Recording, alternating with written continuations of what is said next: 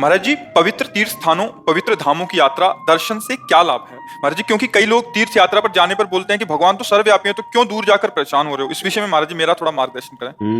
वो नहीं समझते हैं, वह ज्ञान से युक्त हैं, केवल बातें बनाते हैं कि सर्वव्यापी भगवान। साक्षात्कार किया है सर्वव्यापी भगवान का? जो ऐसी बातें करता ना, वो जानता नहीं। सर्वव्यापी भगवान के साक्षात्कार करने के लिए प्रक्रिया है। जैसे हमने बताया कि मेहंदी के पत्ते पत्ते में लालिमा छिपी हुई, लेकिन फाड़ के देख लो पत्ता आप, कहीं अगर हरे के सिवा लाली दिखाई दे तो मुझे बताना। लेकिन जब हम मेहंदी को एक प्रक्रिया में लेते हैं, उसको बांटते हैं, उसको हाथ में लगाते हैं, काफी देर के बाद जब हम धोते हैं तो हाथ हमारा लाल मिलेगा, मेहंदी नहीं, हाथ हमारा लाल मिलेगा। तो लाली मेहंदी में ही है, लेकिन एक प्रक्रिया से अनुभव में आए ना। जैसे हमने बताया कि दूध में घी है, तो आप दूध में पूड़ी पका के दिखाओ, नहीं पका पाओगे, उसकी प्रक्रिया है। दूध को औटाइए, दही बनाइए, मथिए, मक्खन निकालिए, फिर घी। ऐसे सर्वात्म भगवान विराजमान, उसकी प्रक्रिया है। क्या भगवान शिव बता रहे प्रक्रिया? बोले हरि व्यापक सर्वत्र समाना, प्रेम ते प्रगट हूं ही मैं जाना। सर्वत्र हरि विराजमान है, लेकिन प्रेम से प्रकट होते हैं। बात समझ में आई?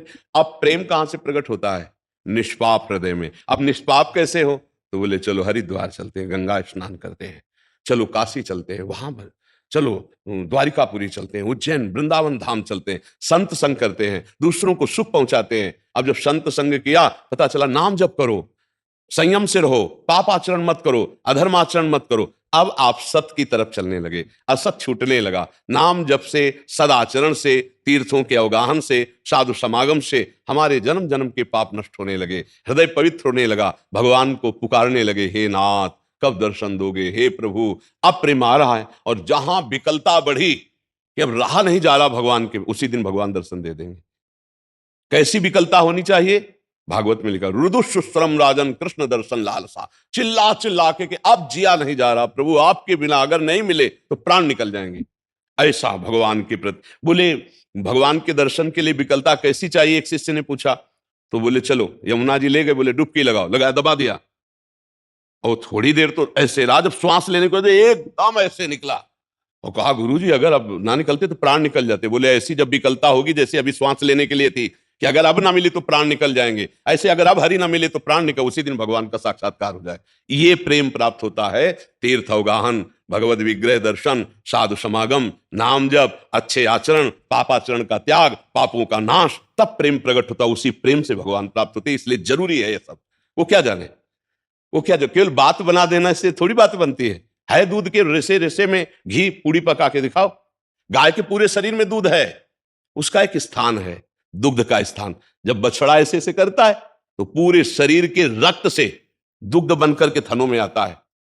कहां बच्चा गर्भ में आया तो भगवान का चमत्कार देखो, रक्त को दूध में बदल दिया, और वो पूरे शरीर के माता का जो रक्त है वो बच्चे के लिए दूध बन करके उसके प्राणों का पोषण करता है। जैसे पूरे शरीर में गाय के दुग्ध विराजमान है, पर आप निकाल नहीं सकते कि यहां से हम कान से दूध निकाल ले, वो थन का स्थान है, वहां जब बछड़ा करे तो पिन्हा जाती है, उसके रक्त का ही दूध बनता है। गाय के शरीर के जो पहले जो पाचन तंत्र में, वो फिर जाकर के बनता है। तो ऐसे ही स्थान है ना गाय के दूध का थन, ऐसे ही स्थान है काशी, द्वारिका, अयोध्या, मथुरा, वृंदावन। ये जो भगवान के दिव्य स्थान है, ये हमारे पाप नष्ट करते हैं, ये हमारे हृदय को पवित्र करते हैं, और पवित्र हृदय में ही भगवान की प्राप्ति की चाह होती है। इसलिए प्राय जो भगवत प्राप्ति की चाह रखते, धामों की यात्रा करने, 4 दिन यहां रुके, 4 दिन और कष्ट सहते हैं, गंगा यमुना का अवगाहन करते हैं, भगवान के दर्शन करते हैं, परिक्रमा करते हैं, जो कुछ बन सका दूसरों की सेवा करते हैं, भजन करते हैं। इन लोगों की बातें नहीं सुने जो ऐसे केवल गप। तो जब प्राप्त करने की बात आएगी तो भागोगे तुम भी। चलो अमुक जगह के संतों के मिले, अमुक संतों से मिले, क्योंकि बिना सत्संग के, बिना तीर्थ अवगाहन के, बिना भजन के, बिना पवित्रता के भगवान को किसने पाया? केवल बातों बनाने से थोड़ी भगवान प्राप्त हो जाते हैं। समझ पा रहे हो आप? इसलिए आवश्यक है ये, उनकी बातें मत मानो। अच्छा वैसे ही आप देखो, आप तो हर जगह घूमते हैं, यहाँ का वायुमंडल कैसा है और बाहर का वायुमंडल कैसा है, आप खुद देख लो। एक भागवतिक वायुमंडल है, नहीं, एक अलौकिकता नहीं लगती वृंदावन में।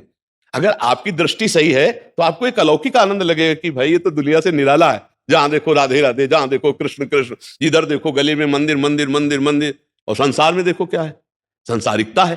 तो ये धाम, अब जैसे काशी जाओ, जगह जगह शिव जी आपको मिलेंगे, जगह जगह भगवान की एक दिव्यता मिलेगी।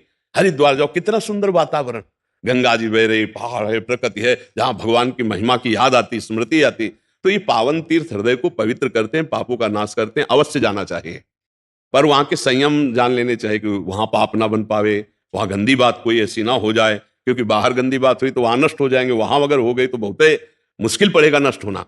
तो इसलिए बहुत सावधानी से तीर्थों में जाए, दूसरों का खाने की चेष्टा न करे, दूसरों को सताने की चेष्टा न करे, कोई पापाचरण न करे, अपने को कष्ट दे। मान लो 2 टाइम भोजन पाते हो तो तीर्थ जाए, एक दिन उपवास करे, एक दिन एक बार आहार कर ले, और खूब भजन करे, खूब परिक्रमा करे, गंगा स्नान करे, नाम कीर्तन करे, ये कमाने जाया जाता है। इससे पाप नष्ट होते हैं, हृदय पवित्र होता है, जीवन उन्नतिशील होता है। समझ पाया? जी।